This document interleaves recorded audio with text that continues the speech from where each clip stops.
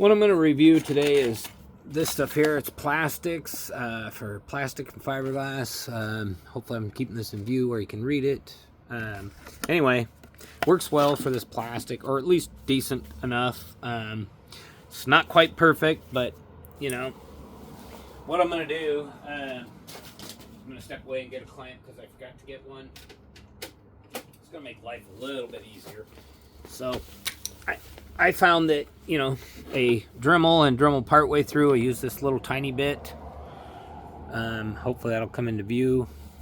Anyway, I've started some of it, and then I thought I should make the video. Anyway, so I decided to drill only grind halfway through the plastic on this side. Hopefully that's staying in view right there. I don't know if I can get up high enough and get into view well, but trying to keep it out in the sun where there's a little bit of light.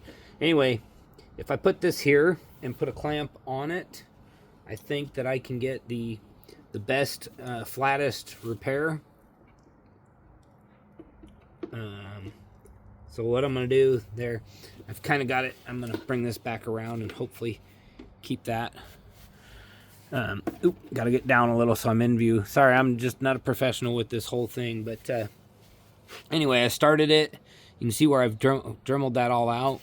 Basically what you're going to do is add a drip of this stuff and then a little bit of this powder to fill, you know, and then a drip and powder to fill, basically, and I can take my finger and smooth it off, and that should be basically done.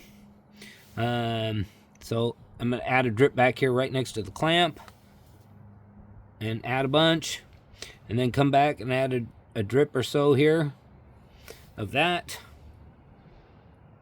And again, I'm going to kind of smooth it out with my finger. I see a spot of mist, so I'm going to come back, add just a touch more of this stuff to fill in that little hole. Basically, this is a two-part chemical. This melts your plastic. This is powderized plastic, basically. That's a chemical. I can't remember what the chemical is. I've smelled it before, so I'm familiar with it. Basically, though, you know, you're going to have a hole or a crack, and I found if I drill or grind halfway through, like so, I won't lose the structural integrity, basically, of the seat, so I don't have to clamp it like so. And then just going to clean out the extra. I don't know if you're supposed to or not really, but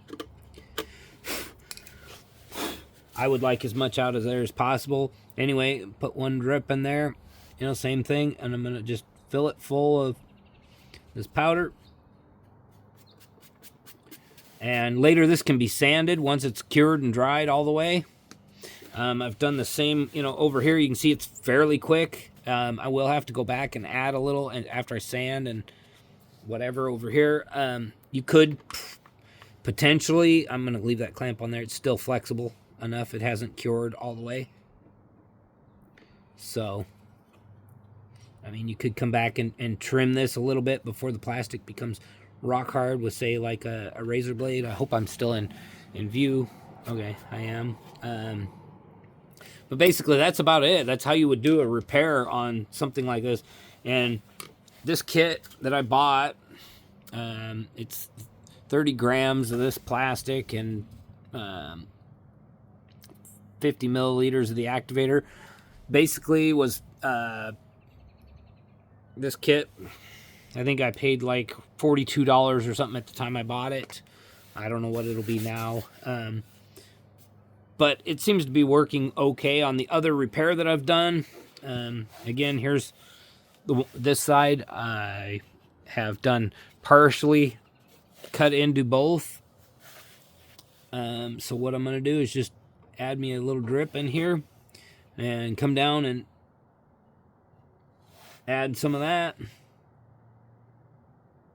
And now I'm not doing this as perfect as you could if you wanted to spend a lot of time. I'm just trying to make a short video for you so you get an idea of how this product looks, how it works. And again, I'm smoothing it out with my finger because it's still wet. So makes it much easier, I find, to do that. I can come back and sand it. They do have, I believe, a black as well. You know, for those of you that got a black plastic that you're trying to repair. But there's that. I'm going to add just one more drop to the top. I hope I'm not screwing up the camera there. I keep bumping it with my head.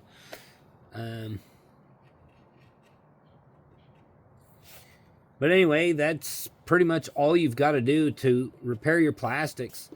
And, you know, it's not going to be like brand new, but it's going to be a whole lot better than, you know, super glue or even this plastic glue that I used before. It turned all yellow eventually because of the ultraviolet. So I will show you on the bike the repair I did do. Again, here's some close-ups. I'm going to try to zoom way in on what I've done here. Push out to the sun there. Hopefully it's visible. So that's what I've done so far today. Oop, and where's my finger? There we go. Still a little sunblind. See, I got to add a little more here to finish this one. And I've got to finish a little more on this. I just didn't want to get too heavy into it until I knew it was going to work. But that whole piece was broken out. And I glued it years ago, and then it broke off and fell off while I was riding, and I never could find it, so I actually made that entire piece. And without the windscreen on here, it's every bit as strong. I mean, you can drill it. I did end up drilling it to put the screw back in to hold my windscreen on. Go out here. It's on my YSR50. I eventually will Dremel out this and repair it properly so that it's at least white and matches. But so far it seems to be holding really well. That's been on there for quite a few months, a lot of vibration. So anyway, if you got any questions about it, feel free to message me. I'll try to answer back.